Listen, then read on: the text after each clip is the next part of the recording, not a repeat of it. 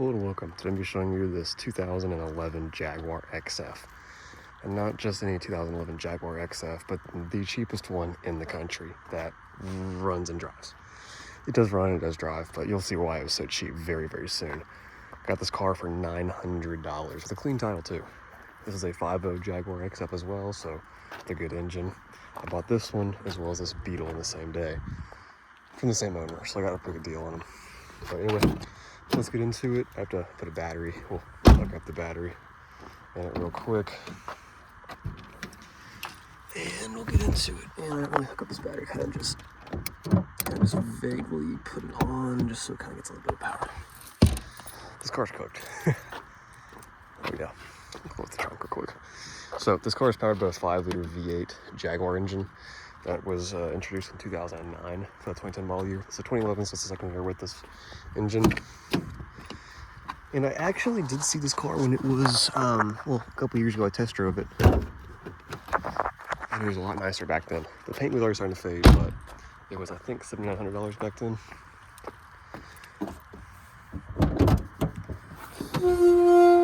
And here she is, 5-liter V8, producing about 340 horsepower. Just like all the end of this era, they have dual intakes, massive Jaguar engine. Not the supercharged one, just the NA. And it's a very beautiful styling. I mean, this replaced the S-Type, like that one over there. And I like the S-Type more, but I do like these pre-facelift ones quite a bit. Especially those little vents right there, the Jaguar wheels. Beautiful blue color. And the rear end looks still very modern, if you exclude the fact that the trim is falling off. And the paint is fading. But anyway, let's get into it. I'll show you why this car is so cheap. First of all, a lot of trim damage and paint dents all on here. Interior is, well, mildly destroyed. The seats are in pretty good shape, but you can kind of tell. The screen is damaged. A lot of just extra parts in the back.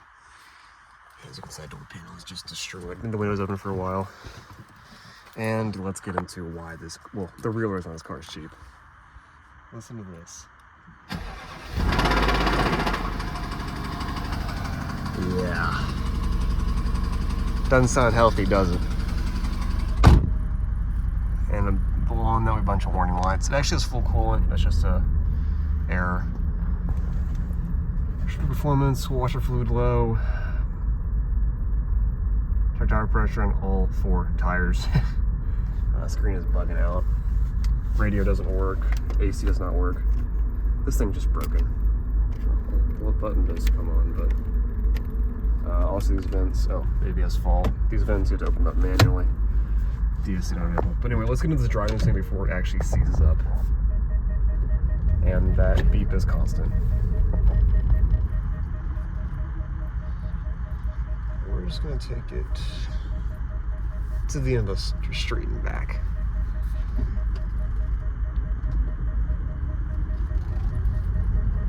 And yeah, this car is cooked. I mean, it's destroyed. There's a reason it was the cheapest running one in America. And this was, I got this car sight unseen, of course. Saying it runs and drives from auction. And with fees, it came out to about $900, $920, which again, not horrible for a, you know, modern V8 Jaguar. This car also has paddle shifters, which is really nice, but again, I can't really test them out because it's broken, beyond broken. It's just destroyed.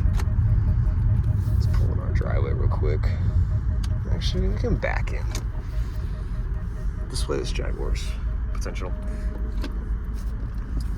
But I mean, it's not really any more nice car, but you know, you can see the illusion of grandeur in this vehicle, especially from 15-year-old car perspective. This car came out in 08, so it predated the F10 series as well as the W212 E-Class, and you know, Jaguar was ahead of the time.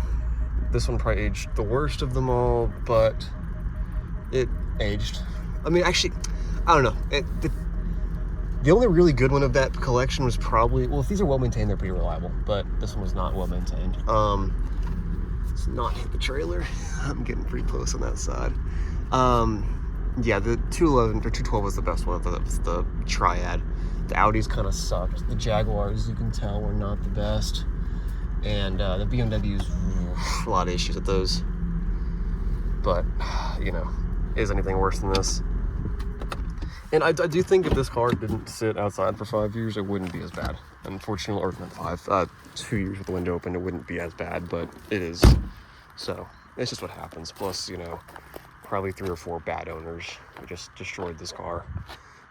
Again, all it takes is just a buff and a wax to keep your paint looking flawless. And as we've seen, I mean, there's cars like this, and like my Corolla, and then there's stuff that's well maintained, like my 600.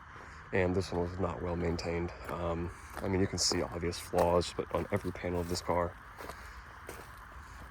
But at one point, this was a very nice car. I mean, recently too, I drove this car in 2021, January, and it was a very nice car then. It had a little bit of paint fade, I think, on the roof. It wasn't nearly as bad though. It was a nice car, but now it's about ready for the junkyard. Probably one more owner, because I am going to sell this car.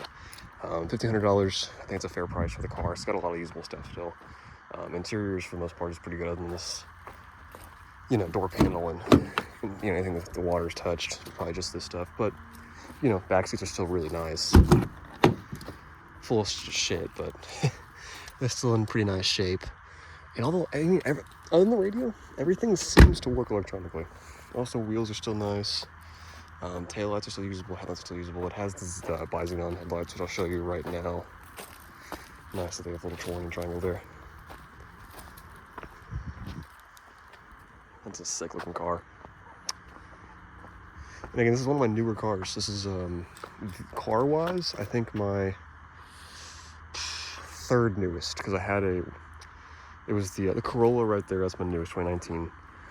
Then I had a 2012 Traverse that I flipped, and there was not flipped like a rollover, but like flipped the car like value.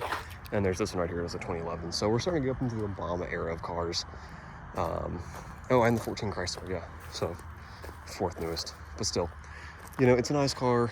It's leaking fuel, I can tell that. But it's not a nice car. It's a junk, but it was a nice car. I can see where it used to be.